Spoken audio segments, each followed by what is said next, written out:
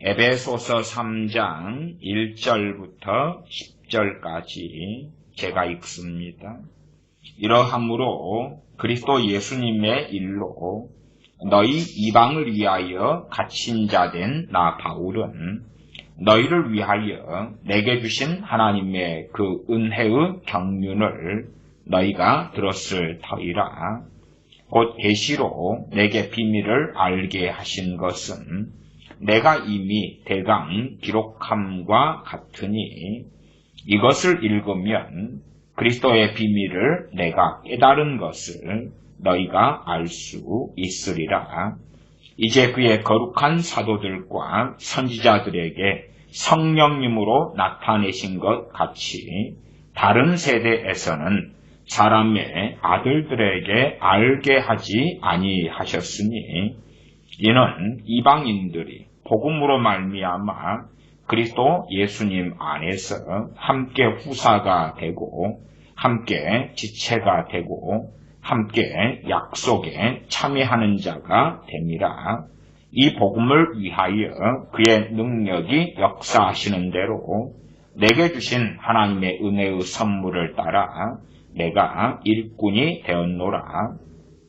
모든 성도 중에 지극히 작은 자보다 더 작은 나에게 이 은혜를 주신 것은 측량할 수 없는 그리스도의 풍성을 이방인에게 전하게 하시고 영원부터 만물을 창조하신 하나님 속에 감추었던 비밀의 경륜이 어떠한 것을 드러내게 하려 하심이라. 이는 이제 교회로 말미암아 하늘에서 정사와 권세들에게 하나님의 각종 지혜를 알게 하려 하심이니 11절까지 읽습니다. 곧 영원부터 우리 주 그리스도 예수님 안에서 예정하신 뜻대로 하신 것이라. 아멘. 에베소서 2장과 3장, 방금 읽은 3장의 말씀과 2장의 말씀, 그렇게 2장의 3장으로 이어지는데, 제가 지지난주에도 이스라엘과 교회의 관계에 대하여서 얼마간 에베소서 2장을 가지고 말씀을 드렸습니다. 또 제 기억상에는 아마 재작년이 되지 않나 싶은데 이스라엘과 교회의 관계에 대하여 꽤 말씀을 드렸습니다. 정말 많은 사람들이 가장 기본적인 성경의 이해 중에 하나인 이스라엘과 교회의 관계를 잘 이해하지 못합니다. 그래서 양극단으로 흘러가는 경향들이 아주 많이 있는 것을 봅니다. 그래서 다시금 이러한 본문을 가지고 듣든지 아니 듣든지 또 얼마간 말씀을 전하려고 합니다. 이스라엘로 극단적으로 치우친 그러한 사람들을 요즘에 일컫는 말로는 유대주의 혹은 유대주의자라 그렇게 말씀드립니다. 말하자면 이스라엘을 위해 기도하라, 예루살렘을 위해 기도하라, 그리하면 너희의 모든 것이 잘 될 것이다. 주로 이제 이러한 운동이 백투 예루살렘과 연관되고 신사도 운동과도 연관되는 그러한 꽤 강렬한 흐름을 가지고 있습니다. 나아가서 종말론을 아주 강조하는 사람들 가운데 이스라엘과 유대주의 속에 깊이 들어가 버린 사람들이 많은 것을 봅니다. 신사도 운동가들 가운데서도 나는 대속죄일에 금식을 했다, 기도를 했다, 6월절에 어쩌고 저쨌다, 초막절에 어쩌고 저쨌다, 소위 그러한 자칭 계시들을 많이 받았고 뭔가를 했다. 그러한 유대주의에 입각한 어리석은 것들을 전하고 가리키고 그를 따르고 추종하는 사람들이 맹신적 맹목적으로 그에 빠져 들어가는 것을 봅니다. 지난주에 에베소서 2장을 가지고 기본적인 것을 얼마간 이야기했습니다. 물론 몇 년에 걸쳐서도 제가 또 말씀드려 온 바이고 그러합니다. 그러면 주님께서 이 땅에 오시기 전까지의 교회는 어떤 교회인가? 그 교회는 유대인 이스라엘 중심의 교회였다. 그런 것입니다.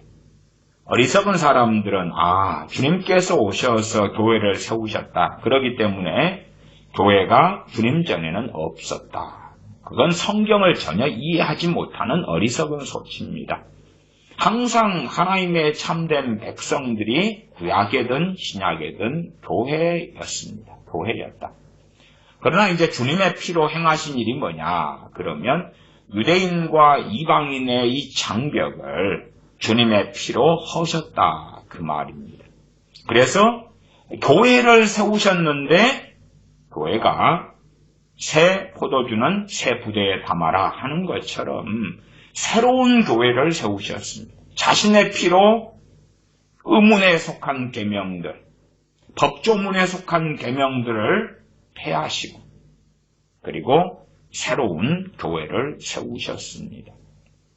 구약의 교회, 주님께서 이 땅에 오시기 전의 교회는 이스라엘 혈통적 유대인 중심의 교회였고 이방인들이 유대인이 되어져야지만이 그 교회의 구성원으로 들어올 수 있었다. 그 말입니다. 일단은 에베소서 3장의 본문과 2장의 본문을 살피기 전에 기본적인 성경 구절 하나만 보겠습니다. 사도행전 7장에 스데반 집사님의 설교를 보겠습니다. 사도행전 7장은 스데반 집사님이 순교하시기 직전에 행한 설교입니다.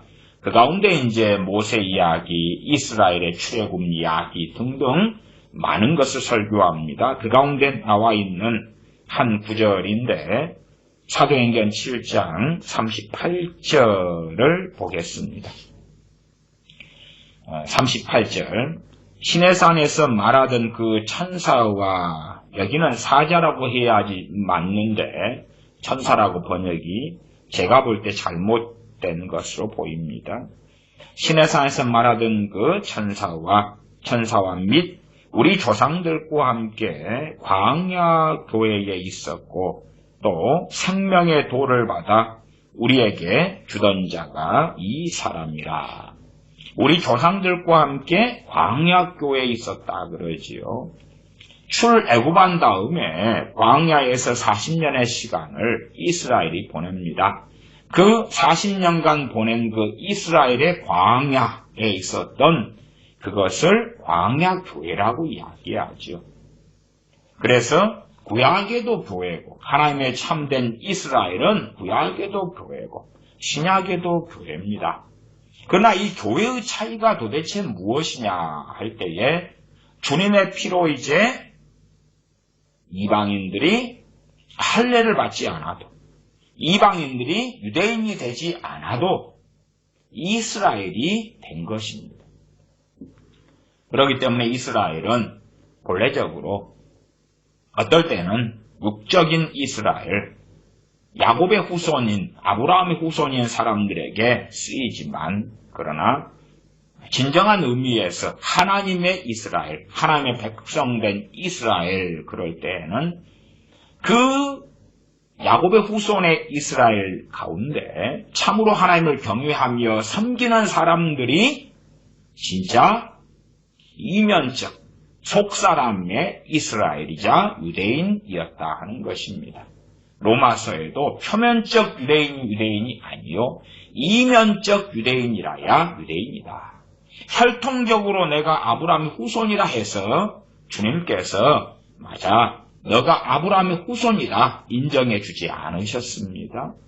혈통적으로 육체적으로 또한 언약과 약속의 후손이기 때문에 많은 유대인들은 담대했습니다.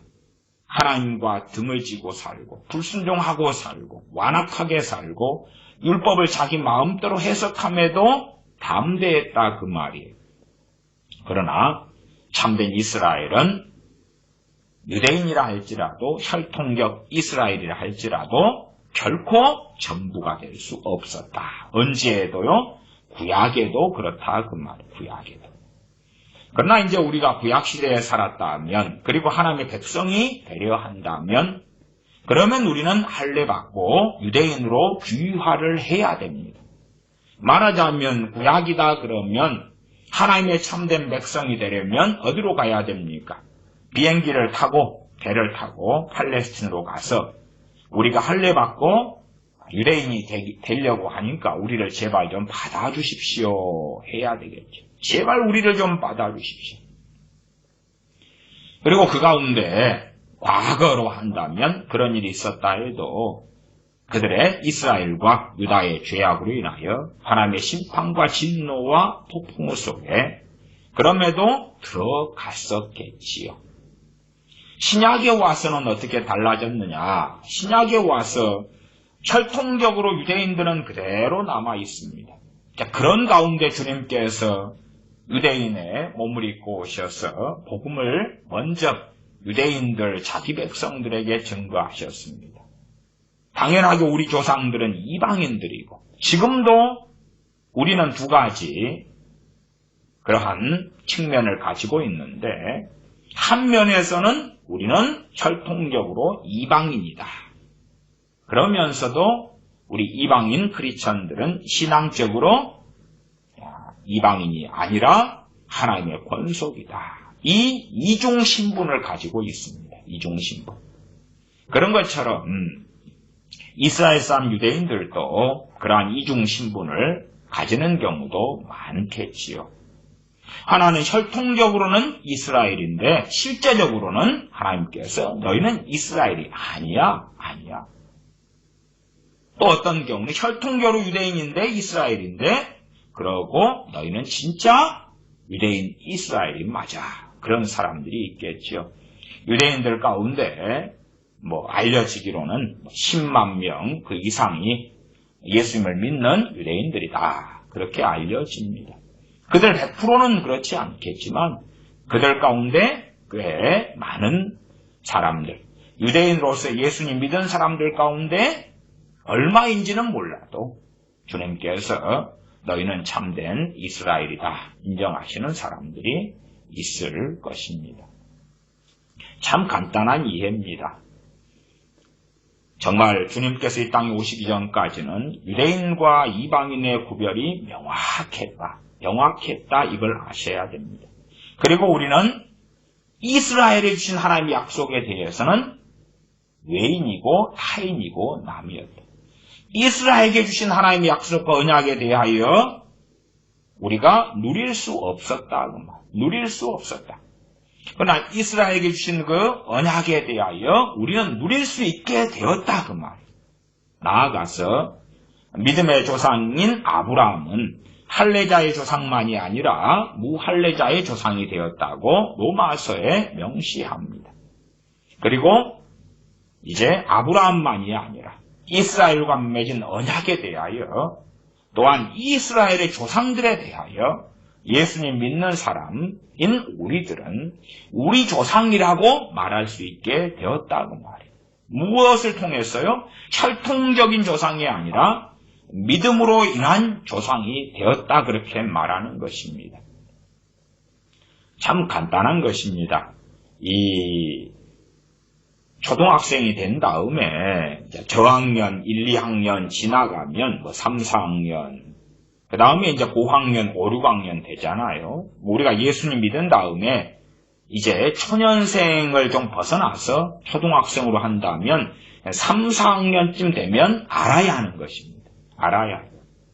우리가 왜 주님을 찬양할 수밖에 없는가? 주님의 십자가를 또한 주님의 피 흘리심에 대하여 왜 찬양할 수밖에 없는가 하면 우리가 하나님의 약속과 은혜에 대하여 남이었는데 타인이었는데 하나님의 긍휼을 입을 수 없는 자들이었는데 그러한 이방인들이었는데 하나님의 백성인 이스라엘에 주님의 피로 들어갈 수 있게 해주셨기 때문에 그렇습니다.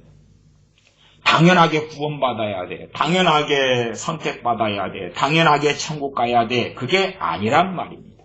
물론 이 에베소서 3장의 말씀은 그것이 하나님의 비밀한 경륜이라고 말씀하십니다. 하나님의 비밀한 경륜.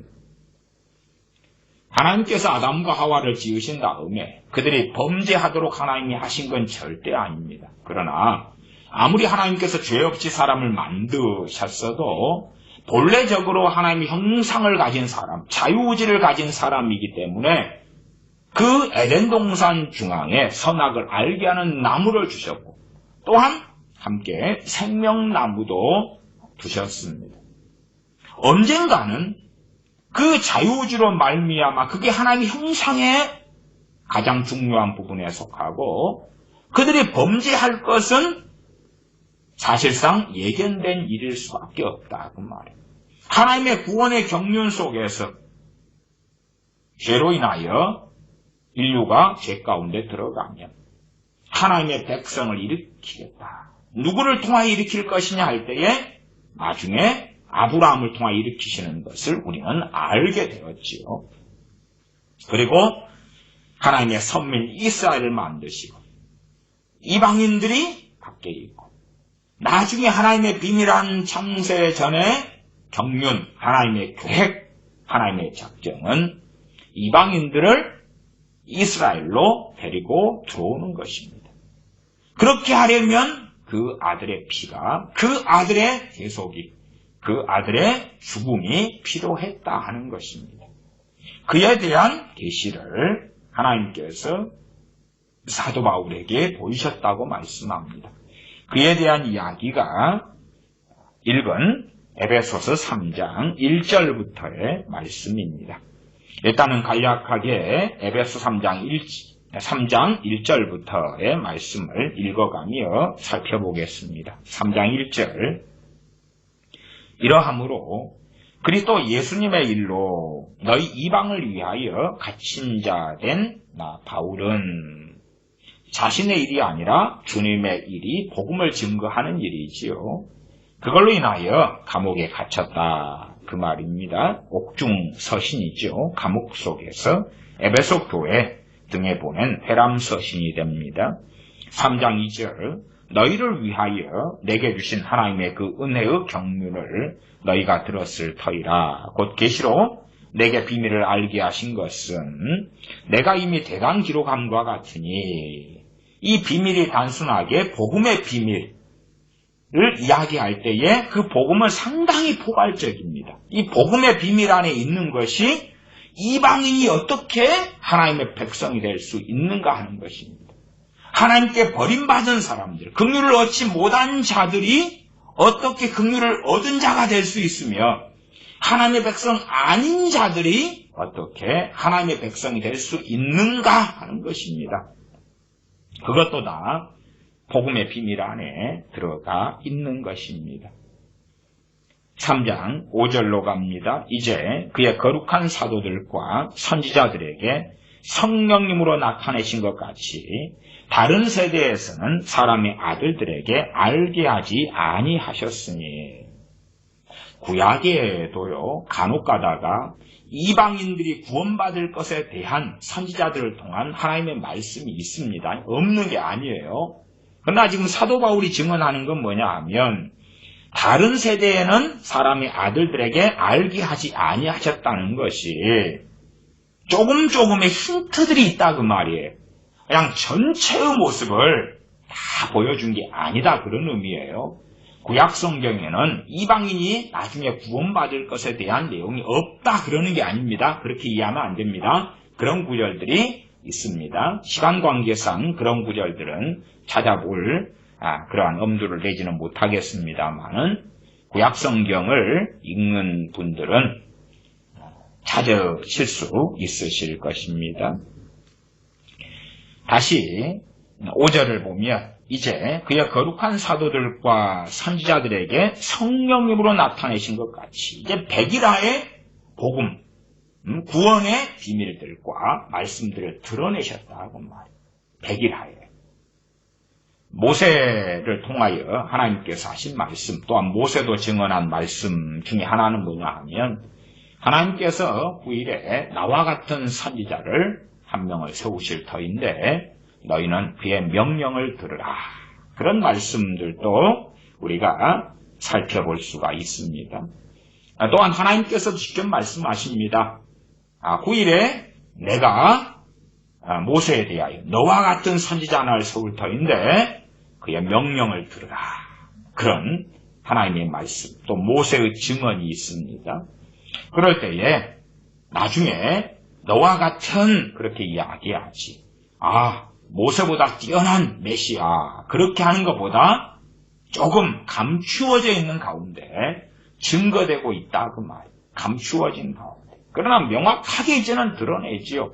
히브리서 1장 같은 경우는 아버지께서 그 아들을 통하여 창조하셨으며 천지를 창조하셨고 아들께서 창조주 되심을 명확하게 드러내시며 요한복음은 독생하신 하나님께서 우리 주 예수 그리스도시라는 것을 명확하게 드러내시죠. 그러나 구약에는 힌트들, 그림자와 모형처럼 조금 그렇다 그 말이에요. 6절로 갑니다. 3장 6절. 이는 이방인들이 복음으로 말미암아 그리스도 예수님 안에서 함께 후사가 되고 함께 지체가 되고 함께 약속에 참여하는 자가 됨이라. 3장 6절 이렇게 중요한 말씀입니다. 이방인들이면 우리들이죠. 우리들, 이방인. 그러나 이제 육체적 혈통적으로는 우리는 여전히 이방인이나 믿음에 있어서, 복음에 있어서는 이방인이 아니게 되었죠. 왜 우리도 누가 되었습니까? 이스라엘이 되었습니다. 그렇다 해서 팔레스타인에 있는 이스라엘과 같은 사람이 되었느냐? 그러면 그렇지 않습니다. 팔레스타인에 있는 이스라엘의 대부분은 혈통적 이스라엘이지만 그들의 대부분은 예수를 믿지 않기 때문에 이면적 유대인 이스라엘은 아닙니다. 그들 가운데 소수가 혈통적 이스라엘이면서 진실로 이면적 이스라엘 유대인이 되지요. 소수가 주님께 돌아왔고 또한 돌아오고 있고 그럼에도 여전히 팔레스타인 이스라엘에서 유대인들은 예수님 믿는 사람들을 핍박하고 있습니다. 유대주의에 깊이 심취하고 들어간 사람들은요, 어쩌다가 한 명씩 유대인이 돌아오는 것을 가지고 부흥이 일어나고 있는 중이라고 그렇게 대대적인 선전을 합니다. A라는 유대인이 꿈을 통해서, 기적을 통해서 주님을 영접하게 되었다. 와, 유대인의 부흥이다. 정말 하나님의 유대인을 통한 역사가 일어나는 중이다. 그렇게 대대적인 선전도 하고 그렇습니다만은 꼭 그런 사람들이 하는 것은 선동. 진실과 진리와 사실에 입각하지 않은 그런 선동들이 많습니다. 정확하게 데이터와 자료를 가지고 이야기하는 것이 옳습니다. 그렇게 선동하려면 2016년에 유대인들 가운데 크리스찬은 몇 프로였는데 17년에, 18년에, 2020년에 유대인들 가운데 크리스찬의 비율이 어떻게 변화되었는가? 유의미하게, 의미가 있을 정도의 확실한 변화인가? 아니면 유의미한 변화가 아닌가?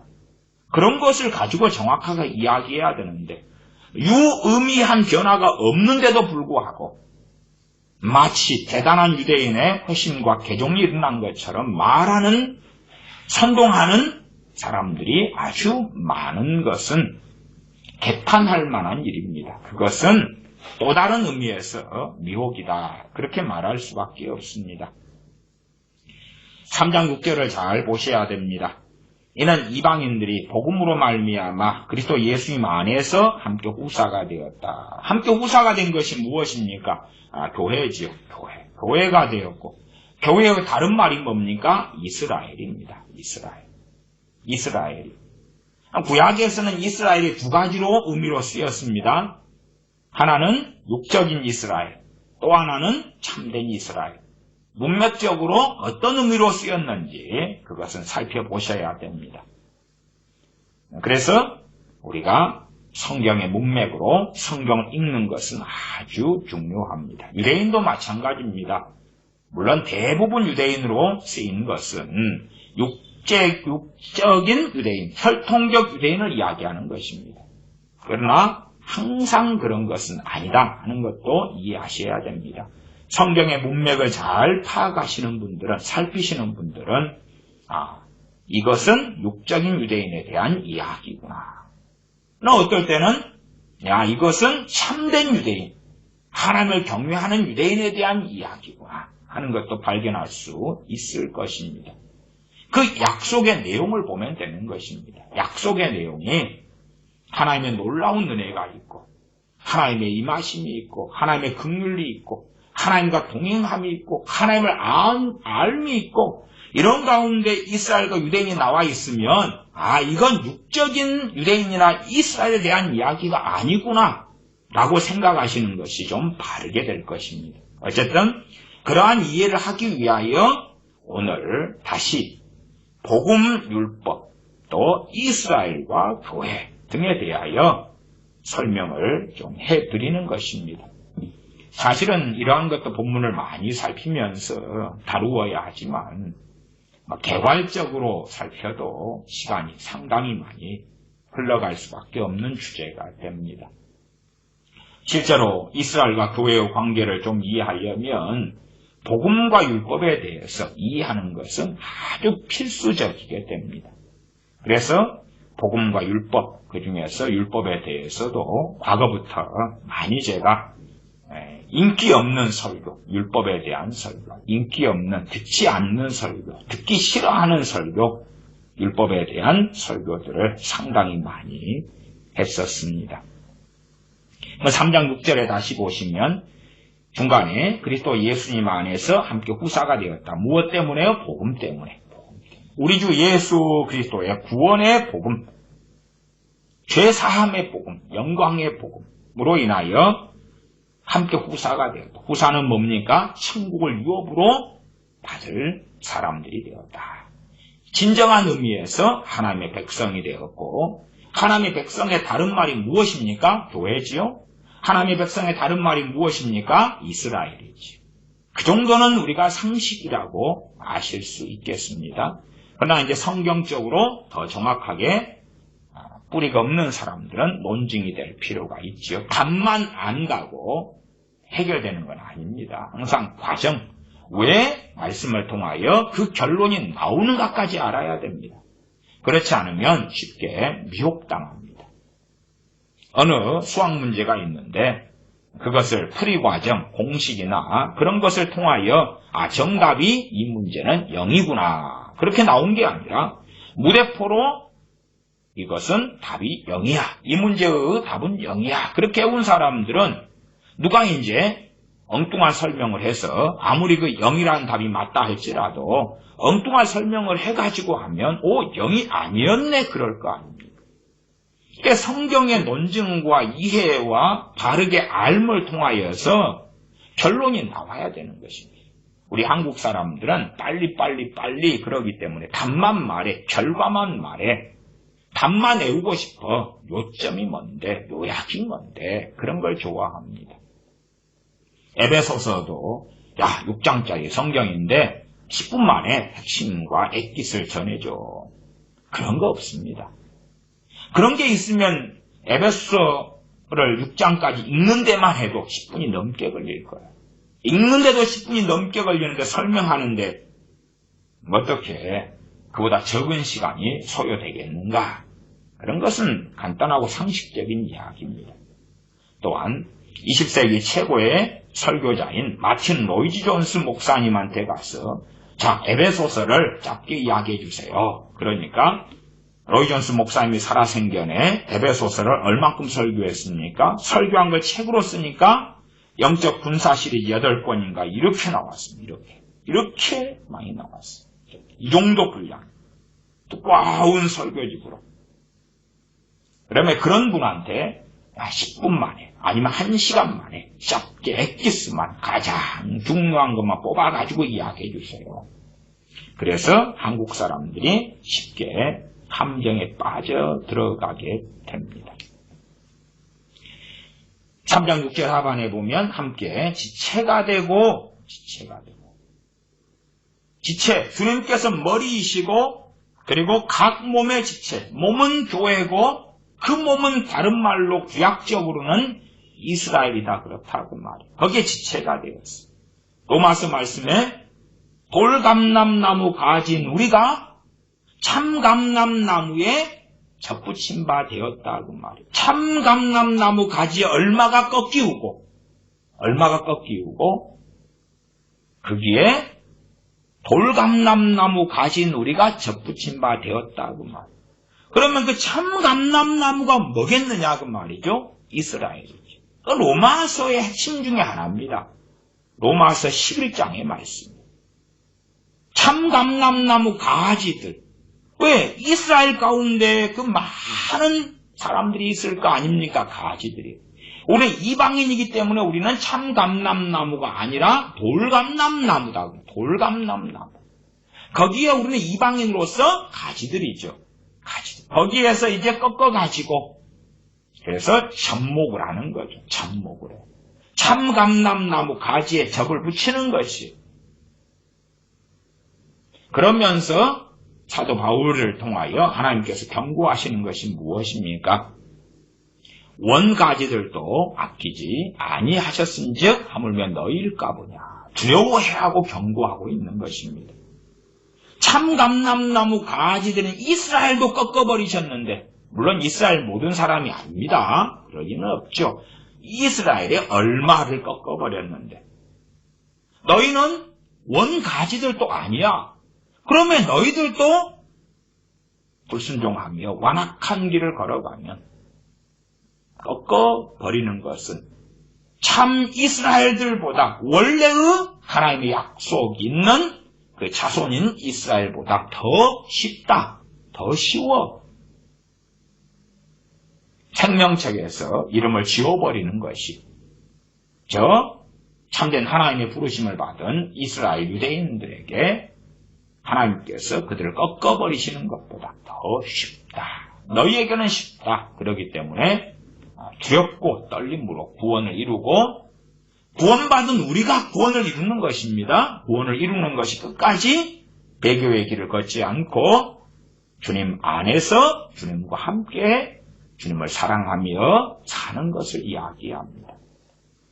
더 우리를 경고케 하는 것입니다. 더 경고케. 그것은 베드로전서 1장 등을 통해서 자세히 이야기하고 있는 바가 있습니다. 너희 부르심과 택하심을 더 굳게 하라. 더 견고하게 하라. 고추 모종 같은 것을 사와가지고 심었는데 땅에 심었는데 지금은 살아있죠. 살아있는데 뿌리가 튼튼하게 되고 더 견고하게 되지 않으면 비가 안 오거나 바람이 세게 불거나 그러면 자빠져 죽어버리잖아요. 죽어버려. 그런 것으로서 베드로 사도는 증언하고 있습니다. 너희의 부르심과 택하심을 우리 불러주셨어. 그러면 이제 우리가 어떤 개망나니로 살든지 어떤 완악한 자로 살든지 내 뜻 마음대로 살든지 간에 나를 불러주셨고 택하셨으니까 난 천국에 갈 거야. 불러주셨고 택하셨으니까 그까지 거기에서 죽으면 천국 갈 것입니다. 그러나 그런 다음에 나는 그 부르심과 택하심을 굳게 하라는 그 명령에 불순종하고 믿음 가운데 하나님을 아는 지식 가운데 덕을 세우며 인내로 행하며 형제 사랑하며 우애하며 또한 거룩게 되는 그 여정의 길을 걷지 않는다면 모종이 잠깐 밭에 놓았을 때는 살아있었으나 일주일 지난 다음에 갔더니 말라 죽어버렸더라. 그런 결과도 얼마든지 생긴다 하는 것을 오랫동안 말씀드렸습니다. 3장 6절에 함께 지체가 되고 지체입니다. 보통 지체 그럴 때 신약 성경은 이제 교회라는 단어를 씁니다. 이스라엘이라는 단어는 좀 드물게 나와요. 신약 성경 교회를 주로 중심으로 이야기합니다. 그래서 어떤 사람들은 왜 이스라엘을 교회로 바꿨느냐? 대체 신학이다. 대체 신학이 아니라 하나님이 그렇게 하신 거예요. 그 다음에 구약에서도 이스라엘은 교회였어요. 신약도 마찬가지. 그리고 사도들과 선지자들의 거의 대부분이 누굽니까? 유대인이에요. 유대인. 사도들과 선지자들. 유대인들 아닙니까? 그러면 교회 안에서 유대인이 사라진 적이 어디 있습니까? 유대인이 사라졌다 그 말은 사도 바울은 천국에 있잖아요. 정말 하나님께 쓰임받은 우리 같은 이방인의 사도로서 그 사명을 마치고 천국에 있지요. 교회의 구성원이 이스라엘이나 유대인이 없는 경우는 존재하지 않습니다. 그래서 이스라엘이 이방인인 교회를 맡겼다 그러면 거짓이고 본래 이스라엘에서 이제 신약에는 왜 교회란 이름을 하나님이 쓰셨을까? 오해를 없애기 위해서 그런 것이고 오해를 없애기. 저는 그렇게 해석하고 믿습니다. 이스라엘로 그대로 사용해버리면 다시 유대주의 속에 쉽게 들어가고 다시 혈통적 이스라엘로 쉽게 들어가고 다시 갈라디아 교회들이 어리석게 행했던 것처럼 율법주의 속에 들어가고 할례로 들어가고 절기들을 행함으로 들어가고 그 어리석음 속에 들어갈 것이다 그 말이에요. 그렇기 때문에 주님께서도 이제는 내가 반석 위에 인믿음 위에 베드로가 신앙 고백한 그 위에 교회를 세우겠다. 내 교회를 세우겠다 라고 말씀하셨습니다. 그래서 3장 6절 하반에 지체가 되고 함께 약속에 참여하는 자가 됩니다. 아셔야 됩니다. 약속에 참여한다. 이 약속이라는 것이 포괄적이라는 걸 이해하시면 좋겠습니다. 어떤 포괄적이냐 그러면 구약에 무수히 많은 약속이 있죠. 약속. 때로 언약이라 그럽니다. 이스라엘은 이 언약의 자손이고 약속의 자손입니다. 이제 이스라엘이 받은 그 구약의 많은 언약과 약속에 대하여 누가 이것을 누리는 사람이 되었냐 그럴 때에 이방인인 우리가 예수님을 통하여 함께 후사가 되었을 때에 구약의 그 약속에 대하여 우리 것이 되었다 그 말이에요. 그러나 그것이 유대인이나 혈통적 이스라엘에게서 빼앗아온 것은 아닙니다. 구약에는 우리가 할례를 받고 유대인으로 귀화해야지만이 이스라엘이 되었으나 신약에서는 예수님을 믿는 믿음을 통하여 복음을 믿는 믿음을 통하여 이스라엘이 되었고 함께 후사가 되었고 지체가 되었고 하나님의 자녀 백성이 되었고 이제는 약속을 없는 사람, 약속에 참여하는 자, 참여입니다. 요즘으로 하면 약속에 들어가는 자, 포함되는 자, 약속에 해당되는 자가 되었다고 말이에요. 그래서 놀라운 것입니다. 어리석은 사람들도 구약에 있는 많은 약속들이 내가 참된 하나님의 자녀라면 나에게 해당될 거야. 그 정도까지는 압니다. 그렇죠? 그에 대한 말씀이에요. 그에 대한 말씀. 왜 우리가 구약의 하나님의 약속들에 대하여 아멘 할 수 있느냐? 우리가 믿음을 통하여 하나님의 자녀가 되었고 하나님의 백성이 되었고 다른 말로 하나님의 백성을 이스라엘이다. 그러고 또 다른 신학적인 표현으로는 교회라 그럽니다. 교회. 더 읽어갑니다. 7절입니다. 3장 7절. 이 복음을 위하여 그의 능력이 역사하시는 대로 내게 주신 하나님의 은혜의 선물을 따라 내가 일꾼이 되었노라. 모든 성도 중에 지극히 작은 자보다 더 작은 나에게 이 은혜를 주신 것은 측량할 수 없는 그리스도의 풍성을 이방인에게 전하게 하시고 측량할 수 없는 그리스도의 풍성을 이방인에게 전한다고 말. 그리고 그렇게 전해진 복음이 우리에게까지 왔습니다. 이방인은 우리에게까지 왔어요. 측량할 수 없는 그리스도의 풍성. 어떻게 구약에 이스라엘 백성에게 전하신 말씀과 약속이 아무 상관없는 우리에게 해당되게 되었느냐 하는 것이. 왜 우리에게 해당되게 되었느냐. 명확하게 이스라엘과 이방인은 뛰어넘기 어려운 장벽이 있었습니다. 베를린 장벽보다 더 만리장성보다 더 거대한 장벽이 있었다고 말이에요.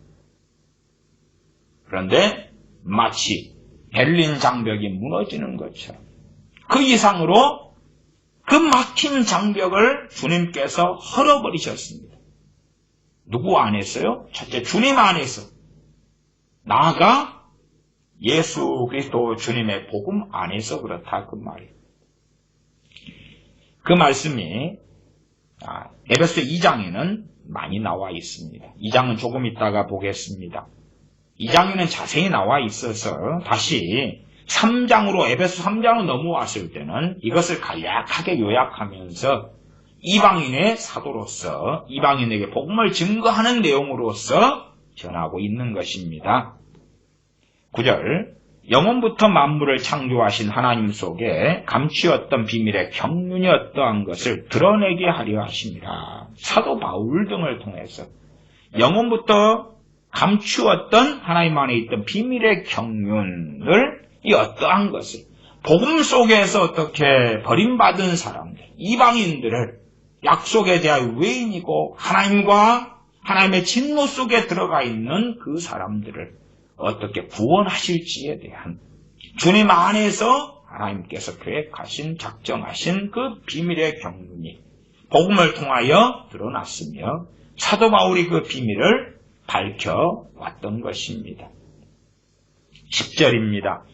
이는 이제 교회로 말미암아 교회입니다. 교회로 말미암아 요즘 시대에도 이스라엘 그런 사람들이 아주 많습니다. 제가 한 2주 전에도 설교할 때에 어떤 말씀을 잠깐 드렸냐 그러면 구약성경에 풀리지 않는 상당히 많은 비밀들은 교회와 관련되어 있다. 참된 교회가 이스라엘이라는 사실을 알면 아직 성취되지 않은 약속들로 보이는 많은 약속들은 혈통적 이스라엘에 대한 약속이 아닌 경우가 많고 그것은 우리 크리스천들에 대한 약속이다. 그것을 알면 구약에 있는 많은 말씀들을 통하여 미혹에 빠지는 일들은 아주 줄어들 것이다. 그런 이야기를 했습니다. 백투 예루살렘이나 신사도 운동가들 같은 경우는 상당히 유대주의 속에 깊이 들어갔어. 그래서 구약에 있는 이스라엘에 대한 약속들, 그 약속들을 혈통적 유대인에게 쉽게 국한시킵니다. 그리고 그것을 우리가 그 약속이 유대인들에게 이루어지기를 협조하고 위에서 기도하고 바라도록 만들지요. 예루살렘을 위해서 구하라. 이런 구절도 제가 전에 설교해드렸습니다. 어떤 의미인가? 이스라엘에게 복이 임하고 평안하기를 구해라. 어떤 의미인가? 그것이 단순하게 육적인 예루살렘이고 이스라엘에 국한된다면 주님께서 이스라엘에 대하여 심판을 예루살렘에 대하여 멸망을 선포하지 않으셨을 것이고 선지자들도 절대 안 했을 것입니다. 그러나 상반된 말씀이 존재하는 것입니다. 그러면 도대체 그 예루살렘은 평강을 구해야 되는 예루살렘은 어디냐? 무엇이냐? 하나님의 은혜와 복이 임하기를 기도해야 될 이스라엘은 누구냐 하는 그 의문을 가져야 되는 건 당연한 것입니다.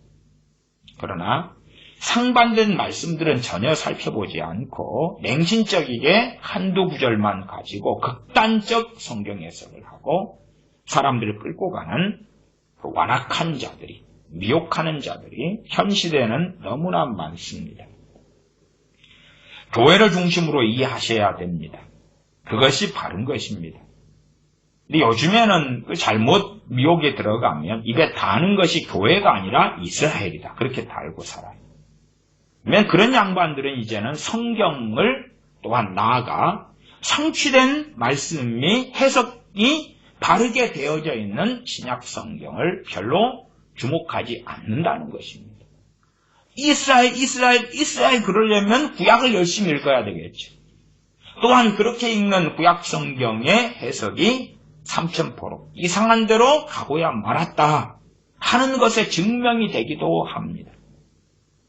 신약 성경이나 혹은 사도 바울 서신들을 잘 읽는 분들은 교회구나 이제 그걸 아셔야지. 교회구나. 그걸 알아야 되는데 뚱딴지같이 이스라엘이구나.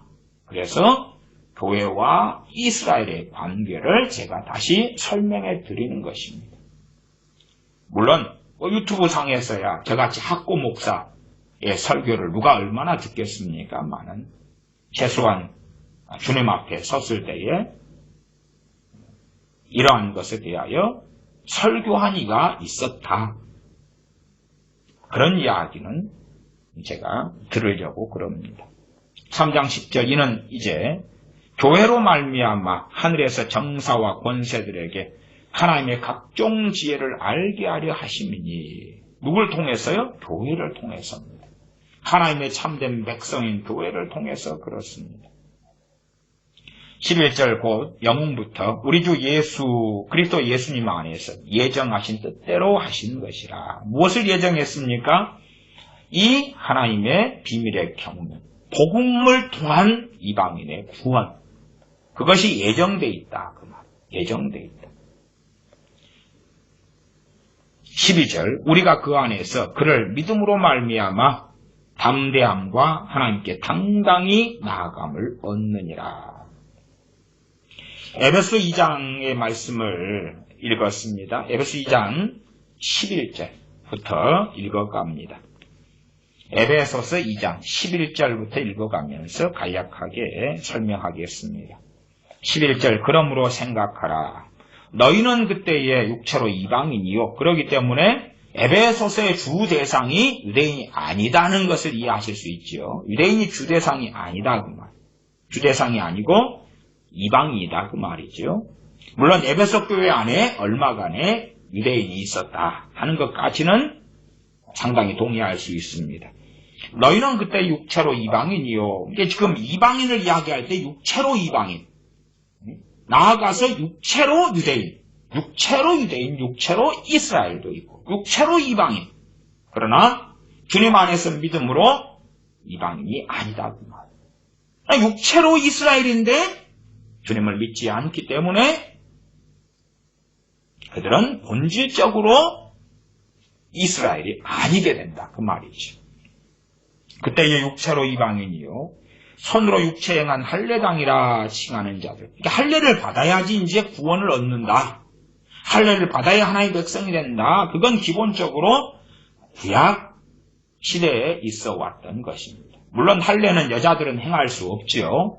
그래서 남자들이 머리가 되고 대표성을 가지기는 것입니다. 남자들이 할례를 받음으로 또한 집안의 가장이나 남자들이 받음으로 여자들도 받게 되는 것이다. 그 말이에요. 육체행한 할례당이라 칭하는 자들에게 무할례당이라 칭함을 받는 자들이라. 유대인들이나 이스라엘 사람들은 이방인들에 대하여 무할례당이라 그랬고요. 나아가서 신약시대에 예수님 믿는 예수님 믿는 이방인들한테 무엇이라고 말했냐 그러면 무할례당이다 그랬어요. 저들은 하나님의 백성이라고 주장하는데 무할례당이다. 심지어는 할례당들 가운데 예수 믿는 사람들이 생겨났어요. 그래서 할례당들, 교회 안에서 할례당들이 존재해 왔어요. 자, 너희들이 예수님 믿어서 구원받는다고 하는데 할례를 받고 유대인으로도 귀화도 해야 돼. 그래서 한 교회 안에서 예수님 믿는 이방인들에 대하여 너희는 무할례당이야. 그런 일들도 아주 많았습니다. 보편적으로는 예수님 안 믿는 유대인들은 예수님 믿는 이방인들에 대하여 이단 사입이라 그랬죠. 당시에는 그랬죠.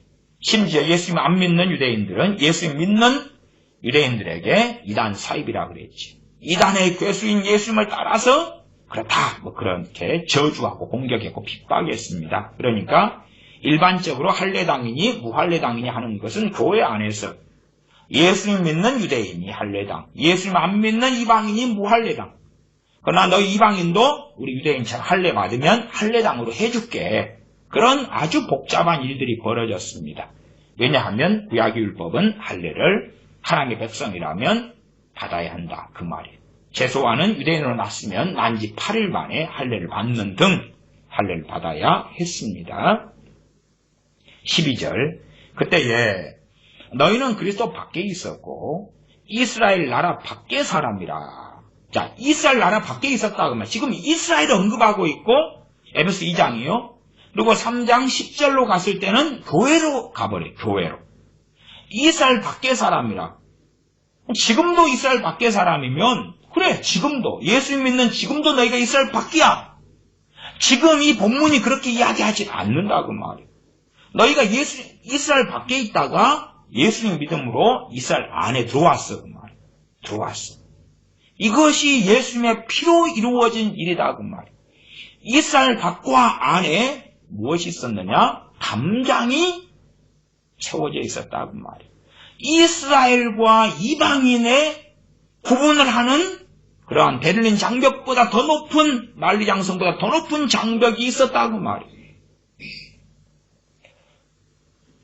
이스라엘이 되려면 할례를 받아야 했고 유대인으로 귀화해야 했고 이제는 제사를 지내며 절기를 지키며 하는 안식일을 지키며 그러한 많은 율법의 조항들에 순종했어야 했습니다. 12절 그때의 너희는 그리스도 밖에 있었고 이스라엘 나라 밖의 사람이라. 약속의 언약들에 대하여 외인이요. 이 약속의 언약들도 무엇을 기준으로 이야기합니까? 구약입니다. 구약. 그래서 제가 3장 6절 하반에 지체가 되고 함께 약속에 참여하는 자가 됨이라 했을 때 이 약속의 것이 신약의 약속들만이 아니라 구약의 약속들을 기본으로 포함한다고 말씀드린 것입니다. 다시 2장 12절에 약속의 언약들에 대하여 외인이요. 약속의 언약. 구약에 하나님께서 하나님의 백성 이스라엘에게 하신 많은 약속들이 있습니다. 세상에서 소망이 없고 하나님도 없는 자이더니 물론 세상의 소망은 있죠. 어떤 소망입니까? 유한한 소망. 이 땅을 살아가면서 좀 더 잘 먹고 잘 마시고 그렇게 살아가는 이 땅의 소망. 그러나 안개처럼 풀처럼 들의 꽃처럼 시들어버릴 그러한 소망. 말하자면 진정한 소망이 없었다고 말이에요. 유감스럽게 요즘에 이 크리스천들이 세속화되면서 진정한 소망은 잃어버리고 하늘의 소망은 잃어버리고 천국의 소망은 잃어버리고 세상의 소망으로 꽉 채우는 경우를 많이 봅니다. 과거 같은 경우 오래전이라 이렇게 말하면 그때는 평균 수명이 40대, 50대 제 선친께서도 45세 돌아가셨나요? 어쨌든 못 살았을 때는 평균 수명이 짧으니까 세상의 소망보다도 영원한 소망을 구하는 경우들이 좀 더 있었다.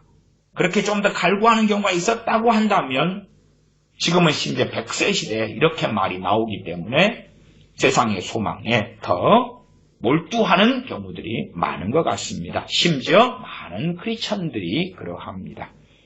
하나님도 없는 자이더니 지금 핵심은 12절에 이스라엘 나라 밖의 사람이다. 이게 핵심이에요. 이스라엘과 이방인, 할례당과 무할례당, 이스라엘과 이스라엘 밖의 외인, 이 기준이 11절, 12절입니다. 그런 가운데 13절로 가는 것입니다. 13절.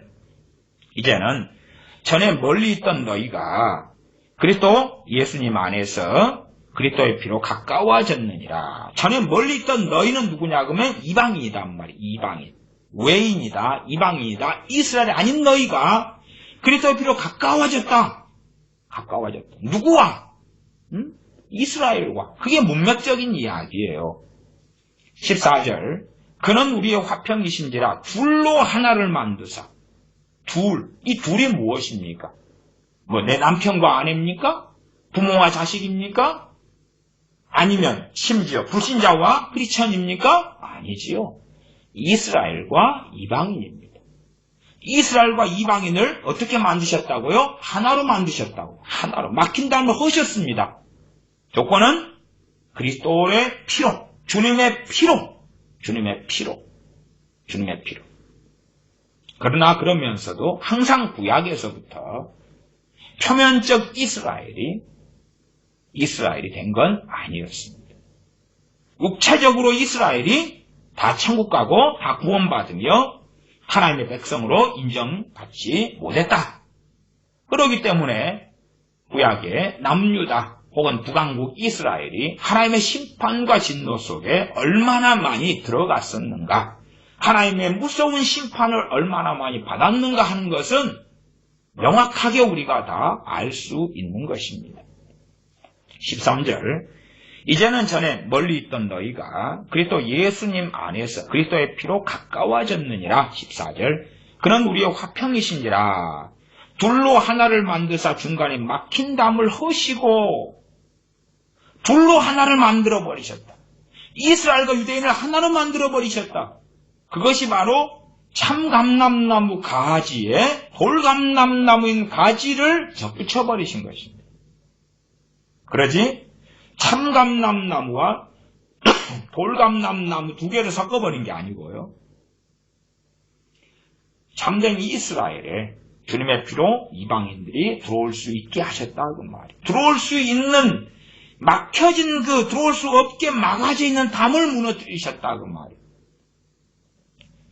15절 원수된 것 곧 의문에 속한 계명의 율법을 자기 육체로 폐하셨으니 원수된 것, 원수가 되게 한 것. 그것이 무엇이냐? 하나님의 계명의 율법이다 그 말이에요. 하나님의 계명의 율법. 의문 그러면은 요즘 말로는 법조문이라 그럽니다. 개역개정판의 법조문이라 그렇게 잘 번역해 놓았습니다. 물론 개역개정판의 번역이 아주 매끄럽다 그건 아닙니다. 단어상 현대어로 바꾼 부분들 가운데 어떤 것들은 꽤 괜찮다 그런 이야기입니다. 법조문이에요. 법조문. 좀 이것을 이제 과거사로 이야기한다면 우리가 에스더 황후 때 벌어졌을 때에 왕명, 황제의 조서가 내리죠. 그럼 조서에 대해서 바꿀 수 있다 그럽니까? 못 바꾼다 그러면 못 바꾼다 그러죠. 그런 것 같은 것입니다.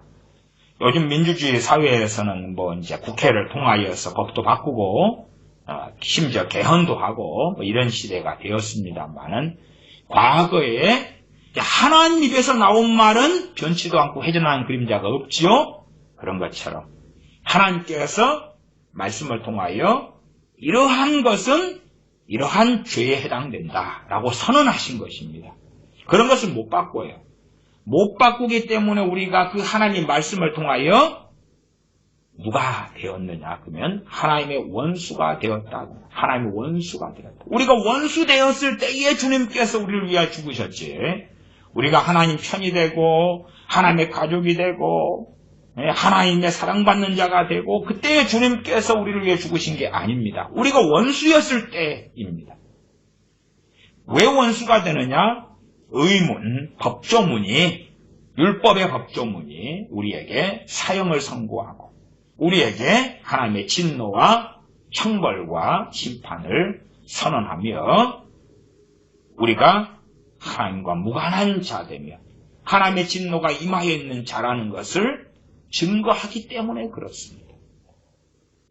의문에 속한 율법의 계명의 율법을 자기 육체로 폐하셨다. 이게 율법이 폐해졌다 이런 말씀이 나와요. 그런 가운데 성경 율법이 폐해진 것이 아니다. 완전케 되었다. 폐해졌다. 율법의 요구를 이루려 한다. 이렇게 각기 다른 말씀, 정반대편에 있게 보이는 말씀들이 존재해요. 다른 말씀, 좀 더 부언하자면 어떤 사람들은 폐해졌다는 말씀을 중심으로 해가지고 자기만의 성경 해석을 증거하고 논지를 펼쳐요. 어떤 사람은 폐해졌다는 사람이 많습니다. 은혜, 또 자비, 용서 이런 부분에서 마치 율법 무용론으로 들어가는 것이 율법은 필요 없어 그렇게 들어가는 사람들이 있어요. 그러면 잘못된 길을 걸어간 것입니다. 그 다음에 율법이 그대로 힘이 있어. 안식교처럼 안식일을 지금도 지켜야 돼. 따라야 돼. 절기를 지켜야 돼. 따라야 돼. 물론 개신교에서는 우리 같은 개신교에서는 성탄절도 만들고 부활절도 만들고 고난주간도 만들고 여러 절기들을 또 따로 만들죠. 성경의 절기들 말고도 그렇게 구약에 있는 절기를 지켜야 돼. 안식일도 지켜야 돼. 속죄일도 지켜야 돼. 나팔절도 지켜야 돼. 그렇게 흘러가는 다시금 율법으로 돌아가는 그러한 사람들이 있다고 말이에요. 그러한 부류들의 사람들. 그러한 사람들. 십계명의 안식일이 있는데 왜 안 지켜? 왜 안 지켜? 그런 사람들이 있어요. 왜 안 지켜? 그런 사람들은 성경을 읽지 않는다는 이야기예요. 안식일을 지금도 지켜야 되는데 왜 안식일이 폐해졌느냐, 그것까지 이해하는 데는 어려울지 몰라도 최소한 로마서 14장을 볼 때에 이제는 각자가 스스로 정해야 된다. 어느 날을 중히 여길 것인지, 어느 해를, 어느 달을 중히 여길 것인지 각자가 정해야 된다. 그러나 본질적으로는 다 주님을 위하여 그래야 한다 하는 말씀들을 안 읽는 거예요. 읽지 않는 거예요. 날의 핵심이 무엇입니까? 대속죄일 같은 것. 또 월삭도 그렇고. 안식일이 가장 중심이 되겠죠. 물론 그런 말씀들도 조금 있다가 다시 살펴볼 것입니다. 성경은 두 가지를 이야기합니다. 율법은 선한 것이다. 율법은 지금도 기능을 한다. 그 말씀. 율법을 통하여 죄를 깨닫는다. 율법은 몽학선생이 된다. 그리스도에게 인도하는 몽학선생이다. 몽학선생이다. 어리석은 사람들은 나 예수님 믿었으니까 율법 필요 없어. 참 어리석은 사람들이죠. 율법 그러면 대부분은 구약성경 전체를 대표하는 말이 율법이라 이렇게 사용합니다. 그 다음에 좀 더 세분화시키면 주님의 표현대로 한다면 율법과 선지자, 율법과 선지자들을 통한 말씀, 그렇게 두 개를 구분하고요. 좀 더 폭넓게 구분하면 율법, 그 다음에 역사서, 그 다음에 선지자들을 통한 선지서들, 그리고 또 하나 구분하면 시가서까지, 시편, 잠언 이런 것까지, 그렇게 이제 분류가 다양해집니다. 대표성으로 구약을 이야기할 때 율법 그렇게 간단하게 이야기하기도 합니다. 그런 율법 무용론에 빠져서도 안 되고, 혹은 할례 받아야, 예수님 믿고 할례 받아야 구원받아, 진정한 하나님의 백성은 안식일도 지키고 안식일처럼 또 율법도 지켜야 돼. 그렇게 가는 이 경계선이 무엇이냐? 사실은 그런 것에 대하여 목사들은 잘 알고 있어서 설명을 잘 해야 됩니다. 왜냐하면 그것이 굉장히 기초에 가깝기 때문에. 제가 초등학생 저학년 1, 2학년이 있다 그러면 1, 2학년 정도 넘어서고 3, 4학년 오면 알아야 하는 것이라고 말씀드렸어요. 왜냐하면 거기에서 깔리고 문제가 되면 이제 어리석어지고 쉽게 미혹에 빠지고 잘못되기가 쉽기 때문에 그래요. 쉽기 때문에. 성경을 이해하고 해석하는 눈이 닫혀버리거나 쉽게 소경이 되거나 미혹되기 때문에 목회자들 가운데 복음과 율법에 대한 최소한의 이해조차도 별로 안 하고 있는 그런 목회자들이 의외로 많습니다. 나아가서 율법에 대해서 설명을 제대로 하지도 못하고 한 극단에 치우쳐가지고 율법 무용론에 빠진다든지 코에 걸면 코걸이, 귀에 걸면 귀걸이. 그래서 한국에도 맥주절이 있지 않습니까? 맥주절. 맥주절을 지킬 수 있어요. 지킬 수 있어요. 그러나 해석이 잘못되고 결론이 맥주절을 지키자고 나오면 그건 거짓이 되는 것입니다. 결론이 어찌되든지 간에 말씀을 바르게 해석하고 전해가지고 그렇게 흘러가야 되지요. 물론 맥주절과 오순절과 칠칠절은 같은 날입니다. 오순절의 다른 말을 우리는 성령 강림절로 알고 있습니다. 한국교회는 성령 강림절 따로 보내고 맥주절 따로 보내고 그렇지요. 정확히 말씀을 가지고 이해하고 전하는 가운데 자기의 성경 해석으로 왜 맥주절을 지키는 것이 합당하냐 논지를 바르게 증거해야 되지. 그런 가운데 이제 상당히 많은 목사들이 맥주절을 지키라 하는 맥주절에 혹은 맥주감사절에 하는 설교들을 들어보면 율법으로 다시 돌아가자. 그 결론이 나와버리고 마는 것입니다. 그래놓고 초막절은 안 지키죠. 나팔절, 대속절은 안 지키죠. 무슨 말이에요 도대체. 이해하지 못하고 있다는 거예요. 주님의 복음을 이해하지 못하고 있다는 이야기가 되고야 말지요. 일단은 에베소서 율법에 대한 설명 전에 에베소서 2장부터 마무리를 좀 하겠습니다. 15절에 원수된 것 곧 의문에 속한 계명의 율법을 자기 육체로 배하셨다.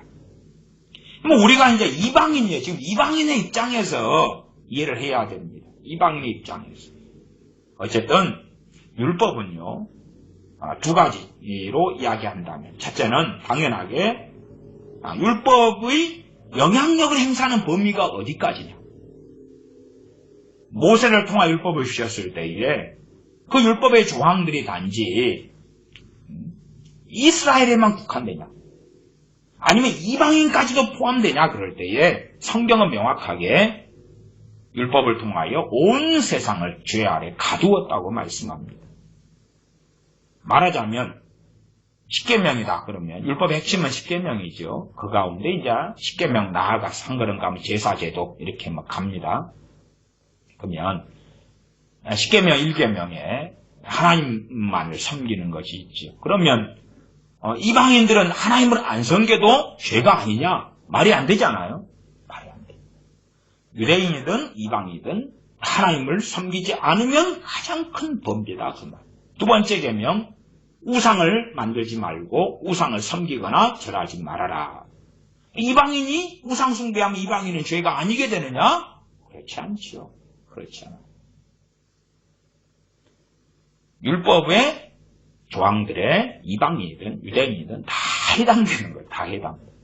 그러나 이제 율법의 약속들에 대해서는 이방인이 해당이 안 되죠. 해당이 되려면 뭐 해야 됩니까? 유대인이 돼야 되는 거예요. 돼야 되는 거예요. 그러나 율법을 통하여 하나님께 선고하신 죄악, 진노, 징계, 형벌, 그것은 다 해당되는 것입니다. 아브라함 때에 소돔과 고모라 등이 동성의 죄악, 나아가서 이제 동성애만이 아니라 소돔 등의 여러 가지 죄악들이 성경에 나와 있습니다. 고아와 과부에 대하여서 핍박하고 학대하고 그런 것들, 재판을 굽게 하고, 그러나 그 중에 중심으로 동성애의 죄가 그 안에 나와 있다는 것까지는 성경이 명시하고 있다 그 말입니다. 단지 소돔이나 고모라가 동성애 죄 하나 때문만으로 심판받은 건 아닙니다. 그러나 심판의 중심에는 동성애 죄가 있었습니다. 그러면 그때는 아직 이스라엘이 없었을 때죠. 없었을 때 동성애가 죄가 아니었냐? 그게 아니다 그 말이에요. 그게 아니에요. 우리가 욥기에 보면 무수히 많은 죄의 리스트와 목록을 발견할 수 있어요. 대부분은 그 욥기에 보면 욥의 시대가 공룡이 있는 공룡시대입니다. 공룡시대. 노아 홍수 때에 공룡이 멸종된 게 아닙니다. 공룡은 사실은 실제로는 지금도 있습니다. 지금도 있어요. 그래서 공룡의 깃털이나 이런 것이 네바다주나 뭐 이런 데서 최근에도 발견돼요. 그러니까 그런 뭐 쥐라기 공원 뭐 이런 영화도 있습니다만 그런 판타지 같은 영화들 말고 실제로 공룡은 오랜 시간을 통하여 존재해 왔습니다. 뭐 그것은 이제 창조론의 자료들을 가지고 이제 공부를 하시면 좀 알 수 있는 것이고요. 공룡 시대가 되어졌던 그 욥의 시대 때에 하나님의 말씀이 얼마나 풍성했는지를 알 수 있는 중요한 말씀이 욥기입니다. 최소한의 욥기의 시기를 맞추면 아브라함 때 그 이전으로 갑니다. 이게 많이 제 가까운 근래로 잡을 때가 아브라함 때고요. BC 2000년 때고 2000년 때 혹은 그 이전으로 봅니다. 그러니까 이스라엘이 있지 않았을 때다 그 말이에요. 그럴 때에 하나님의 말씀이 얼마나 풍성했는가 하는 것이 명확하게 드러납니다. 더군다나 아브라함 때에 살렘 왕이 누구였습니까? 하나님의 영원한 제사장으로 있는 멜기세덱이었습니다. 그럼 그 살렘 왕이 하나님의 말씀으로 통치를 했겠습니까? 안 했겠습니까? 했지요. 했지. 그때 팔레스틴에 있는 살렘. 계속 그래서 15절에 의문에 속한 계명의 율법을 자기 육체로 폐하셨다. 첫째는 이제 율법을 폐해진 이야기가 나옵니다. 그 폐해진 것의 핵심은 뭐냐 하면 이방인들이 율법을 통하여 받을 형벌에 대한 이야기입니다. 형벌에 대한 이야기. 그러면 에베소 2장은 좀 접어놓고요. 이제 일단은 율법의 여러 조항들이 있는데 그 조항들의 일부를 먼저 살펴보겠습니다. 물론 제가 편의상 설교하고 그럴 때는 율법에 주님께서 성취하심으로 그러면서 성취하심으로 폐해진 것 그러한 조항들이 의식법 같은 것이다. 도덕법은 그렇지 않다. 그런 말씀도 했습니다. 그냥 간략하게 한 것이에요. 그러나 절대적으로 그런 건 아닙니다. 말하자면 도덕법들 가운데서 폐해진 것도 아니고 안 폐해진 것도 아닌 그런 많은 조항들이 있습니다. 그것에 대한 이해를 좀 하시면 좋겠어요. 다시 말씀드릴게요. 의식법은 제사제도 같은 것. 그렇죠? 주님께서 주님의 피로 십자가로 성취하신 것이. 여러분들이 율법에 대한 관심이 잘 없는 분들은 이렇게 평이한 이야기를 할 때 잘 못 알아먹습니다. 왜? 아는 것이 별로 없으니까. 그냥 결론만 원해 그러니까 잘 못 알아먹으시고요. 좀 아시는 분들은 조금 이야기하면 힌트를 드리면 잘 알아먹으셔요. 왜? 아니까. 관심이 있고 들은 것이 있고 성경에 주목했고 그런 말씀을 볼 때에 이건 뭔가라고 고심했으니까. 구약성경도 꽤 신앙생활 하시는 분들 읽으셨을 거 아니에요. 그러면 이건 뭔가 고심했을 거 아니에요. 그럼 일단 구약을 좀 가볼까요? 구약 가운데 출애굽기 21장을 가겠습니다. 출애굽기 21장, 22장 그런 데서 일단은 조금 봐볼까요? 출애굽기 21장. 출애굽기 21장. 출애굽기 21장. 우리가 보편적으로 잘 아는 말씀들로 가면 자, 12절로 가봅시다. 12절. 사람을 쳐 죽인 자는 반드시 죽일 것이나 그렇게 나왔죠. 지금 이방인은 사람을 죽여도 죄가 안 된다. 말이 안 되죠. 말이 안 돼. 그 다음에 이제 우리가 예수를 믿음으로 이방인에게 맡겨져 있던 담이 주님의 피로 헐어지고 자 이스라엘로 들어왔어요. 이 율법이 이제 적용을 받지요. 왜? 이 율법이, 이 약속이, 이 말씀이, 이 언약이 우리에게 해당되니까 적용받아요. 그러면 사람을 쳐 죽인 자는 반드시 죽일 것이다. 물론 그 밑에 계획함이 아니라 하나님이 사람을 그 손에 붙임이면 그러면 그를 도망하라. 한 곳을 정해줄 텐데 이게 도피성 이야기입니다. 그러나 고의로 죽인 자는 죽여라. 그런 것입니다. 그렇게 되면 자 A라는 사람이 이제 사람을 고의로 죽였습니다. 한국 같은 경우는 사형 안 시킨 지 오래됐죠. 감옥에 이제 무기징역 뭐 그런 걸로 집어넣습니다. 집어넣어서 혹은 정신병이 있어서 사람 죽였어요. 그러면 상당히 형량이 줄어듭니다. 사람 죽였어도. 그러면 이 세상 법에 의하여 사람을 살인한 사람도 바로 사형당하거나 죽지는 않습니다. 그러나 하나님의 법은 사람을 쳐 죽인 자는 반드시 죽일 것이다. 이게 고의적인 살인이면 죽여야 됩니다. 그러면 이대로 시행되면 그러면 그 사람이 나중에 예수 안 믿는 사람이었을 때 당연히 안 믿는 사람이었으니까 그랬겠지요. 근데 그 사람이 바로 죽임당하면 회개하고 구원받을 기회가 없을 거 아니에요. 그렇지? 그래서 이 죽이라 명확하게 사람을 쳐 죽인 자는 반드시 죽이라 하는 걸 통하여 하나님의 법은 이렇게 심각한 죄악이고 사형에 해당되는 죄라고 명시하고 있어요. 그러나 이제 주님으로 인하여 회개할 기회, 용서받을 기회를 얻고 있다 그 말이에요. 얻고 있어요. 이해를 좀 더 깊이 해보시면 좋습니다. 15절로 가겠습니다. 15절. 좀 더 여러 구절을 설명하면 이해가 좀 더 생길 거라고 봅니다. 21장 15절. 자기 아비나 어미를 치는 자는 반드시 죽일지니라. 자, 사형죄가 아비나 어미를 때려. 자식이 그렇잖아요. 아빠하고 장난치고 놀다가 그런 경우 간혹 봅니다. 7살짜리가 아빠랑 놀다가 이제 성질이 나요, 얘가. 성질이 나니까 아빠 뺨을 때려요. 그건 무슨 죄입니까? 사형죄입니다. 사형죄. 사형죄인데 죽입니까? 안 죽입니까? 안 죽이죠. 이게 참된 이스라엘의 언약 백성이 이스라엘이 하나님께 받은 명령이 아버지나 어머니를 때리는 자는 죽이라는 것입니다. 여기에는 나이가 있는 게 아니에요. 나이가 있잖아. 여기에 이제 보편적 적용을 할 때는 그래도 성인 정도 돼야 되지 않을까? 그러지만 그런 적용을 쉽게 그렇게 해석의 여지를 두기 어렵습니다. 자, 그런 해석은 과거에는 모세가 있을 때는 모세나 이렇게 그런 해석을 가지고 적용을 하고 재판을 하는 경우들이 생겼습니다.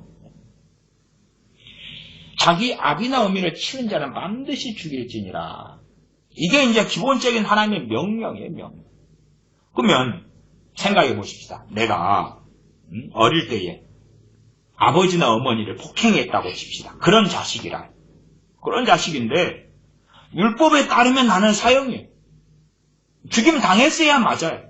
근데 나는 이방인이에요. 그리고 이제 예수님 믿었는데 보니까 내 죄가 사형죄라. 진작 죽임 당했어야 되는 것이 안 죽은 거지. 안 죽은 거. 그것이 에베소 2장으로 할 때에 법조문 의문에 속한 율법의 계명을 폐하셨다고 말이에요. 아비나 어미를 쳤는데 율법이 지금도 살아있는 것은 그것이 무죄라는 이야기가 아니에요. 이게 폐해지면 무죄가 되겠죠? 아비나 어미를 때려도 죄가 아니다. 10계명 내 부모를 공경하라. 폐해지면 무죄가 될지 모르죠? 그러나 그렇지 않다고 말이에요. 그대로 살아있어 이 계명들이. 무엇이 폐해졌느냐? 죄라는 것은 안 폐해졌고 바로 쳐 죽여버려라. 우리가 예수님을 믿음을 통하여 이 구약의 말씀 우리가 아멘 하잖아요. 그러면 부모나 자식을 때리는 사람 우리가 죽입니까? 그러나 최소한 율법이 살아있는 것은 이게 사형에 해당되는 죄다까지 우리가 알고 있다고 말이에요. 얼마나 심각한 죄라는 것을 안다고 말이에요. 그럼에도 부모를 때린 자녀들이 용서받고 그 사형죄인데 용서받고 구원받을 수 있는 시간과 기회가 우리 주 예수 그리스도의 십자가로 인하여 주어졌다 하는 사실이에요. 동성애자 죽여야 되는 것이. 그러나 주님 때문에 이제는 물론 사회가 동성애자 소수인권 환영하는 시대가 되었다. 그럴 뿐만 아니라 우리 믿는 사람들도 동성애가 사형에 해당되는 죄라는 것을 알아야 되는 것이. 그렇다 해서 동성애자를 만날 때 죽이는 건 아니다 그 말. 사형에 해당되는 죄를 지었는데 우리 주 예수님 때문에 용서받을 수 있다 그 말이에요. 구원받을 수 있다 그 말이에요. 사형이라는 법조문이 떨어졌단 말이에요. 사형하는 법조문이 떨어졌는데 재판으로 한다면 망치로 3번 땅땅땅 두드리면서 사형이 언도되었는데 그러나 주님의 피로 사형받아 마땅할 자가 용서받을 수 있다 그 말이에요. 주님의 피로. 그것을 어떤 면에서는 요즘 시대에 각 나라들마다도 죄에 대하여 그걸 사면한다 그러지요. 한국 같은 경우도 8월 15일 날 광복절 사면. 저 사람 앞으로 5년 동안 징역살이 더 해야 되는데 그냥 다 용서해주고 풀어준다 그 말이. 또 감형도 있고 이런 일들이 있잖아요. 그 밑에 16절 보면 사람을 후린 것은 뭐냐 그러면 유괴, 납치를 이야기합니다. 사람을 유괴하는, 어린아이 유괴하고 납치하고 이런 사람을 후린 자가 그 사람을 팔았든지 자기 수하에 두었든지 아직 안 팔았고 그냥 자기가 이 사람을 이제 납치했어요. 저기 새우뼈에 팔았다 이런 것도 있죠. 그런 자들 다 뭐하라 그래? 반드시 죽여라 그거죠. 이 율법이 살아있기도 하고 폐해졌기도 하고 이중적인 측면을 가지고 있는 걸 이해하셔야 돼요. 살아있는 건 뭐냐 그러면 사형에 해당되는 죄다 그 말이에요. 그러나 사람을 납치했다고 다 사형치게 죽이진 않지요. 더군다나 하나님의 백성은 이 말씀을 준행하고 지켜야 될 거 아니에요. 그러나 그렇게 하지 않는다 그 말이에요. 간혹 가다가 절에 가서 절에 뭐 땅박기도 하고 절에서 그냥 막 축사 예수님으로 떠나가라 마귀는 떠나가라 그런 사람도 있고요. 별 사람 다 있잖아요. 그런 사람들이 구약에 있어서 접신한 자, 무당이나 우상숭배자에 대한 성경의 구절을 율법이 그대로 살아있는 부분과 폐해진 부분을 구분을 못하기 때문에 이를 저지르는 것도 거의 있는 거예요. 극단적으로 행하는 거죠. 소위 타종교인, 불교인이나 누구한테 함부로 행하는 거예요. 그래도 그런 사람들도 이슬람한테는 그렇게 함부로 안 하는 것 같아. 왜냐하면 이슬람 사람들은 무섭거든요. 무서워서 함부로 못하고 만만한 게 불교인이다 그리고 절에 가서 그런 경우가 좀 많지요. 그러나 그건 어리석은 것이죠. 자, 계속 보면 21장 17절 그 아비나 어미를 저주하는 자는 반드시 죽일지니라. 저주도 이제 과거에 저주했던 어떤 아이가 있다, 자식이 있다 그러면은 범주가 명확한 것과 좀 애매한 것이 있을 때 그때 이제 70장로나 모세 같은 이가 재판을 한 거 아닙니까?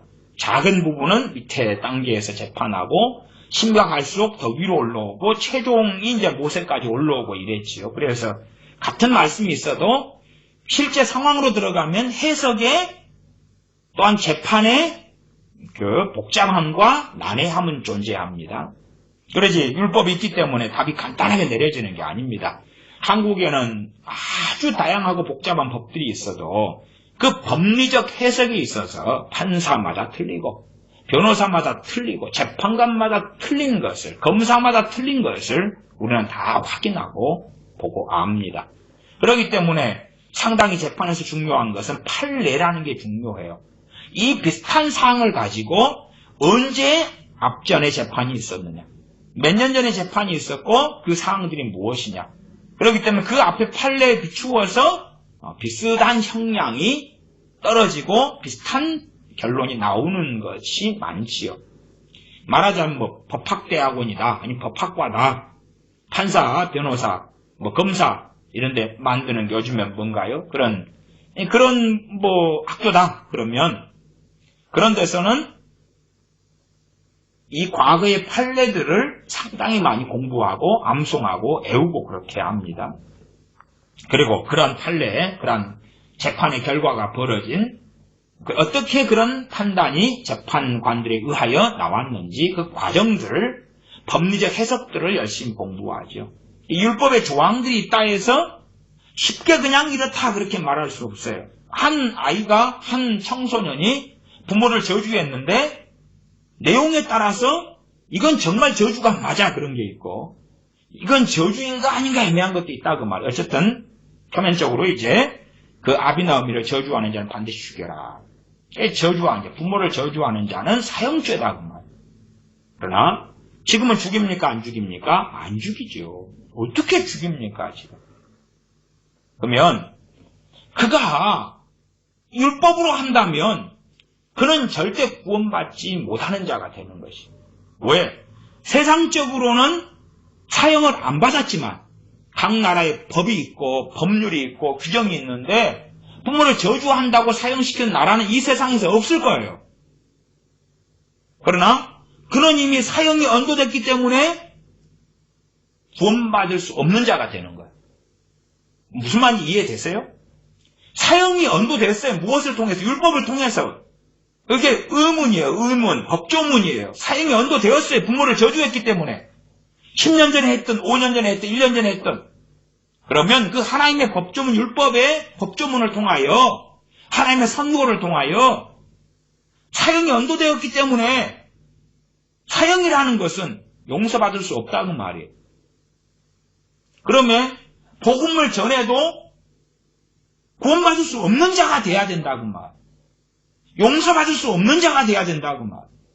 그러나 예수 그리스도의 보혈이 있는 복음, 예수 그리스도의 십자가의 복음, 그 복음을 통해서 예수님의 십자가를 통하여 그 법조문이 폐해지는 일이 벌어진다 그 말. 명백하게 율법을 통해서는 사형죄예요. 사형죄. 그러나 용서받을 수 있다 그 말. 용서받을 수 있다 그 말. 자동적으로 용서되는 게 아니라 주님의 십자가의 복음을 통하여 우리 주 예수 그리스도의 십자가의 죽으심을 통하여 용서받을 수 있다 그 말이에요. 그런 의미에서 율법이 폐해진 측면, 이건 도덕법이에요. 이건 의식법 아닙니다. 도덕법이에요. 의식법은 제사법, 할례법, 절기, 안식일 이런 것들을 주로 의식법에 놓습니다. 그러나 이런 도덕법도 폐해진 측면이 있고 폐해지지 않은 측면이 있고, 폐해지지 않은 것은 뭐냐 그러면 사형죄라는 것은 불변입니다. 그게 변하지 않는 것입니다. 변하지 않아요. 이스라엘 같으면 이런 경우에는 진짜 돌로 쳐서 죽였어야 한다 그 말이지. 죽였어야 한다. 좀 더 가면 23절로 갑니다.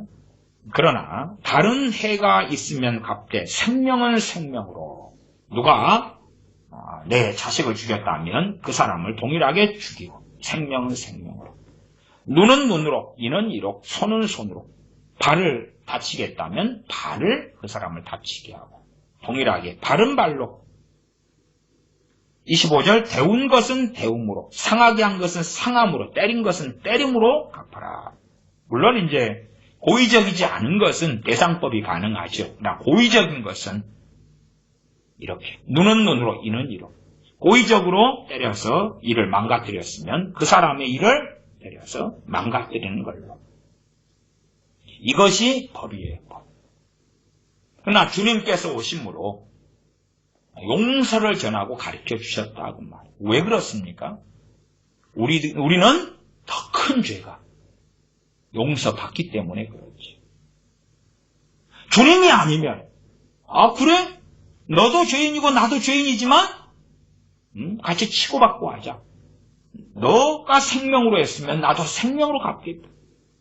그러나 주님께서 오심으로, 주님의 대속으로, 은혜로 인하여 우리 억만가지 죄가 용서받기 때문에 그 주님께서 용서하라고 말씀하시는 거죠. 그러면 법적으로는 눈은 눈으로, 이는 이로 갚는 것이 율법이다 그 말이에요. 이 법이에요. 그런데도 우리가 이 법으로 마땅히 값을 치루어야 할 자들에 대하여 용서해 주는 부르심과 명령을 듣습니다. 누가요?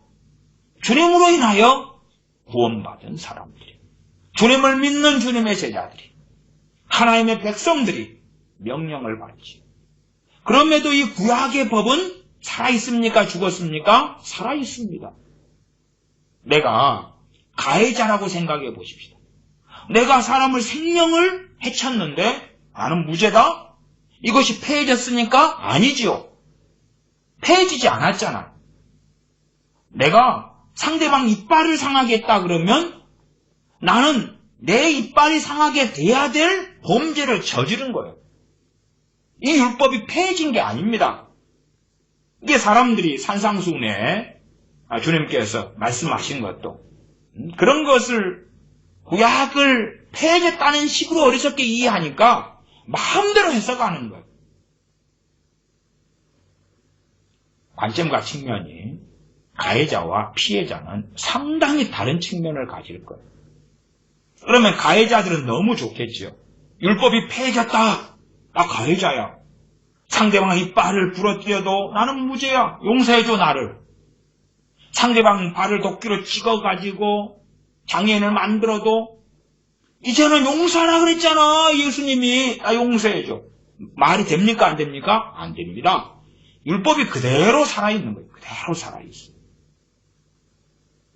그렇게 가해자는 절대 주장할 수 없는 것입니다. 그래서 어떨 때는 세상 법정에 문제를 가지고 갈 수밖에 없는 많은 일도 있습니다. 많은 일도 있어요.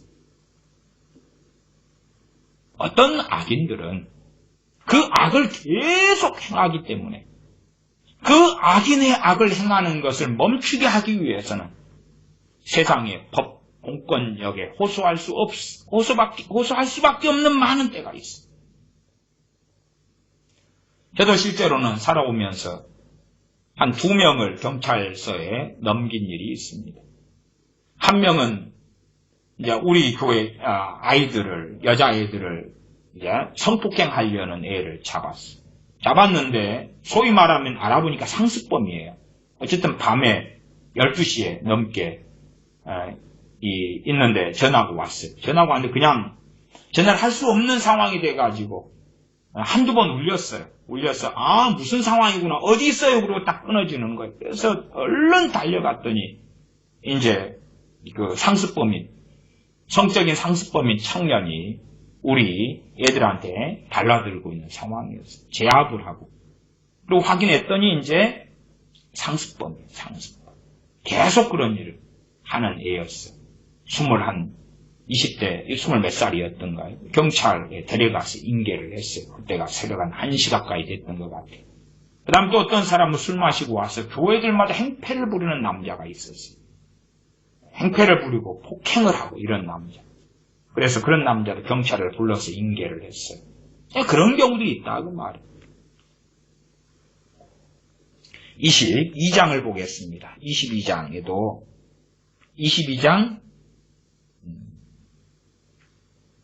18절 너는 무당을 살려두지 말지니라. 지금 무당 구원받습니까? 못 받습니까? 구원받지요. 어떤 무당요? 예수님 믿는 무당 구원받잖아요. 그러면 이렇게 우리가 내가 옛날에 점쟁이거나 무당이거나 다 신접한 자, 점쟁이 무당 그런 자였다가 내가 예수 믿고 구원받았으면 얼마나 큰 은혜입니까? 왜요? 나는 사형선고가 율법으로 내려진 사람이에요. 사형선고가 내려졌는데 마찬가지입니다. 그러한 율법의 조항들이 아주 많아요. 많은데 용서받고 구원받은 것이 사형에 해당되는 죄를 지은 사람들이 얼마나 놀랍습니까? 주님의 십자가로 가능했던 일이다 그 말. 그러나 무당으로 산 사람이 사형에 해당되는 죄라는 이 율법의 조항은 사라졌습니까? 안 사라졌습니까? 안 사라졌어요. 무당 일을 하는 사람을 쳐 죽이면 안 돼요. 그러나 하나님의 법으로는 그런 사형죄라. 그러면 과거에 육체적으로 사형을 해버렸다 그러면 다시는 회개할 수 없죠. 구원받을 기회가 사라졌잖아요. 그렇게 하지는 않아요. 그래서 이 조항에 대한 이것도 다 의식법이 아니에요. 제사법에 들어간 것도 아니고 정결예식, 옷을 어떻게 입어라 아니면 손을 어떻게 씻어라 절기를 어떻게 지내라 그런 게 아니죠. 그 아래는 짐승과 행음하는 자도 반드시 죽일 것이라. 20절은 여호와 외에 다른 신에게 희생을 드리는 자는 멸할지니라. 우상숭배죠. 조상제사 같은 것. 심지어는 내 예수님 믿었다. 그 다음에 조상제사를 지낸다. 더 해당되겠죠. 그러나 많은 믿는 사람들 가운데 예수님 믿은 다음에도 다른 신이라고 말하는 게 조상신이다 그러잖아요. 조상신. 조상제사 지내는 사람들이 죽이면 안 당하잖아요. 그러나 사형죄입니다. 사형죄. 그래도 용서받지 않아요. 예수님 믿기 전에 우상숭배한 사람도 주님 안에서 용서받고 예수님 믿은 다음에 우상숭배한 사람들도 주님 안에서 대다수가 용서받습니다. 그것이 주님의 십자가로 인한 것입니다.